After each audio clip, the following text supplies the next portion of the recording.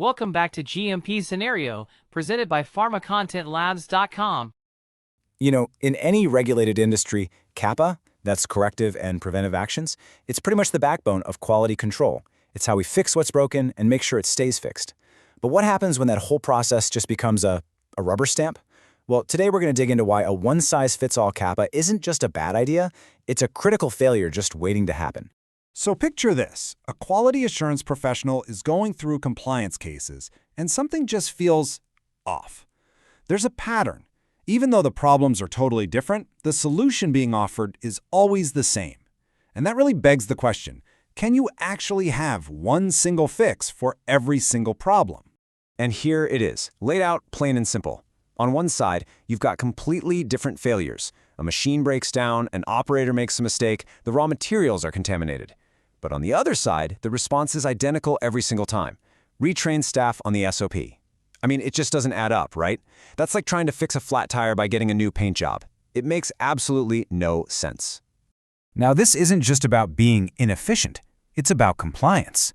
A generic, copy-paste system like this is a massive, massive red flag. So you have to ask, is something like this ever okay under good manufacturing practice? Or is it a major quality failure just ticking away, waiting for an inspector to find it? Let's just be crystal clear on this. The answer is a hard no. It is a failure. A proper CAPA, by its very definition, has to be tailored to the specific root cause and the risk that comes with it. Anything less than that isn't really a corrective action at all. It's just paperwork. It's designed to close an issue, not to actually solve it. So what makes this whole template CAPA approach so risky? It's not just that it doesn't fix the problem. Believe me. Let's break down some of the hidden dangers that come with taking this kind of shortcut. Okay, first off, a generic CAPA completely misses the real problem. You're basically just treating the symptom, not the actual disease. And what does that mean? It means you are guaranteeing that this failure will happen again. But maybe the worst part is the message it sends to an auditor. It screams that you have a weak investigation culture, that you're not really serious about getting to the bottom of things. All right, enough about what's going wrong. Let's talk about how to get it right. We've got to move away from these generic templates and toward an approach that's effective and, compliant. And that's what the Precision CAPA method is all about, a structured way to build a CAPA that actually gets the job done.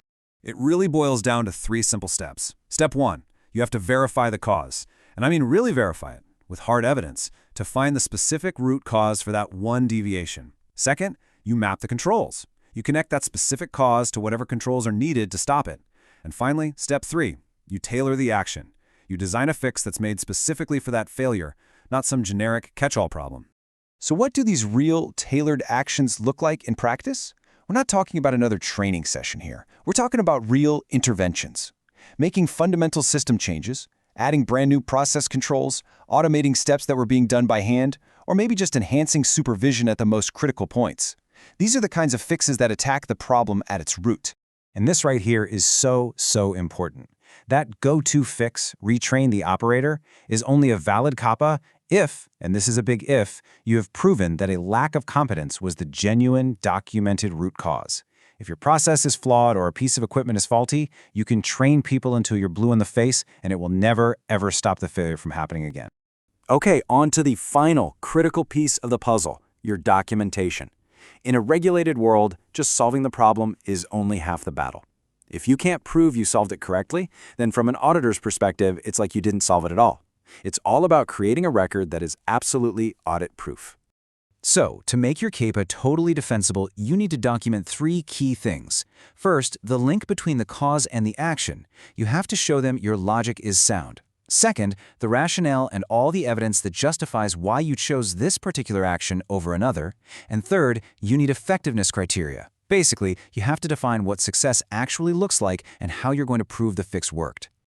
And this all brings us right back to where we started, to that common mistake. It's that tempting shortcut. The pressure is on to close out these issues fast. So what happens? People just copy the last CAPA on file. It feels efficient in the moment, but as we've just seen, it's a perfect recipe for recurring failures and a whole lot of regulatory trouble. And let me be absolutely clear about this. This isn't some secret auditor's trick. This is like day one stuff for them. Inspectors are literally trained to look for this exact pattern of generic, duplicated actions. They know it's a huge sign of a superficial quality system, and you can bet they will check for it. So, as we wrap this up, I want you to ask yourself this question. Is your CAPA system a tool for real, meaningful improvement, or is it just designed for shortcuts and quick closures? Because at the end of the day, a CAPA has to be a real solution, not just another box to check.